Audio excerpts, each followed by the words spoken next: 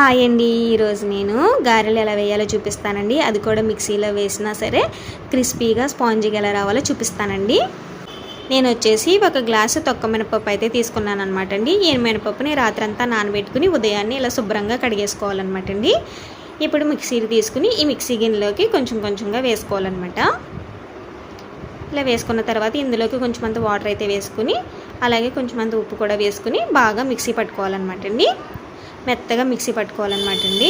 చూసారు కదా, మరీ ఎక్కువ వాటర్ అయితే వేయకండి. మనకి గారెల పిండిలాగా ఇలా కొంచెం గట్టిగా ఉండాలి, మంచి మెత్తగా ఉండాలి, స్పాంజీగా ఉండాలన్నమాట.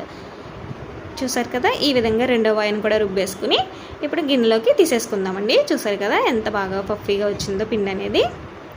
ఇప్పుడు ఈ పిండి మరింత స్పాంజీగా రావడం కోసం ఇలా బాగా ట్యాప్ చేసుకోవాలన్నమాట అండి. ఇలా చేతితో పైకి కిందకి ట్యాప్ చేసుకున్నారంటే ఇంకా బాగా గుల్లగా వస్తాయి అనమాట. ఇప్పుడు ఇందులోనే 1 టేబుల్ స్పూన్ జీలకర్ర అయితే వేసుకోవాలన్నమాట అండి. ఇప్పుడు వచ్చేసి ఒక బౌల్ తీసుకుని ఇందులోకి 1 స్పూన్ పెరుగు అయితే వేసుకోవాలన్నమాట. మీ దగ్గర మజ్జిగ ఉన్నా సరే అండి, మజ్జిగైనా పర్వాలేదు. ఇలా పెరుగు తీసుకుని ఇందులోకి వాటర్ అనేది వేసుకుని ఇలా బాగా మజ్జిగలా చేసుకోవాలన్నమాట అండి.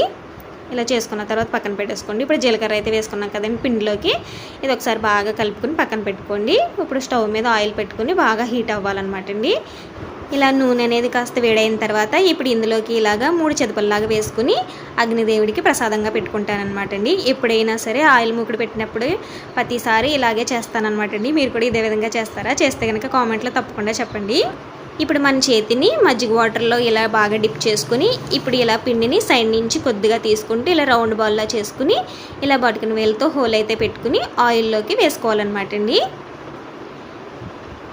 ఇలా వాటర్లో డిప్ చేసుకున్నప్పుడు చేతిని ఎక్కువ వాటర్ ఉండకుండా చూసుకోవాలన్నమాట అండి. ఓన్లీ చెమ్మగా ఉంటే సరిపోతుంది అనమాట. మరీ వాటర్గా ఉన్నా మనకి ఆయిల్లో పడి వాటర్ కొంచెం చిటపటలాడినట్టుగా ఉంటుంది అనమాట అండి. చూసుకుంటూ వేసుకోవాలన్నమాట అండి. మనకి చెయ్యి అనేది చెమ్మగా ఉంటే సరిపోతుంది అనమాట. చూసారు కదా, ఈ విధంగా మంచి కలర్ వచ్చాక తీసుకుని ఒక ప్లేట్లోకి వేసుకోవాలన్నమాట అండి. చూసారు కదా, ఈ విధంగా బాగా మంచి కలర్ వచ్చిన తర్వాత ఇప్పుడు వీటిని కూడా ఇలా గరిటతో ఇలా సైడ్కి తీసుకొచ్చి ఇలా వంచారంటే మనకి ఆయిల్ అనేది ఏదైనా ఎక్స్ట్రా ఉంటే కనుక కిందకి వచ్చేస్తూ ఉంటుంది అనమాట. ఇప్పుడు ఈ గారెలు మనం ప్లేట్లోకి వేసేసుకోవాలన్నమాట. ఇప్పుడు అదేవిధంగా మళ్ళీ వాటర్లో డిప్ చేసుకుని చేతిని ఇలా గారెల పిండిని సైడ్ నుంచి తీసుకుని ఇలా మళ్ళీ ప్రెస్ చేసుకుని వేసుకోవాలన్నమాట అండి. సేమ్ ఇదే విధంగా వేసుకున్నారంటే చాలా బాగా వస్తాయి అన్నమాట. మంట అనేది హై ఫ్లేమ్లో పెట్టద్దండి, మీడియం ఫ్లేమ్లో పెట్టి వేసుకుంటే అన్నీ ఒకే కలర్లో మంచిగా వస్తాయి అన్నమాట. చూసారు కదా ఎంత బాగా వచ్చాయో, చాలా స్పాంజీగా వచ్చాయి, చాలా క్రిస్పీగా కూడా ఉన్నాయి. మీరు కూడా ఇదే విధంగా తప్పకుండా ట్రై చేయండి, చాలా బాగుంటాయి. చూసారు కదండి ఎంత స్పాంజీగా వచ్చాయో. తప్పకుండా ట్రై చేసి ఎలా ఉన్నాయో కామెంట్లో చెప్పడం మాత్రం మర్చిపోవద్దండి. సరేనండి, బాయ్ బాయ్.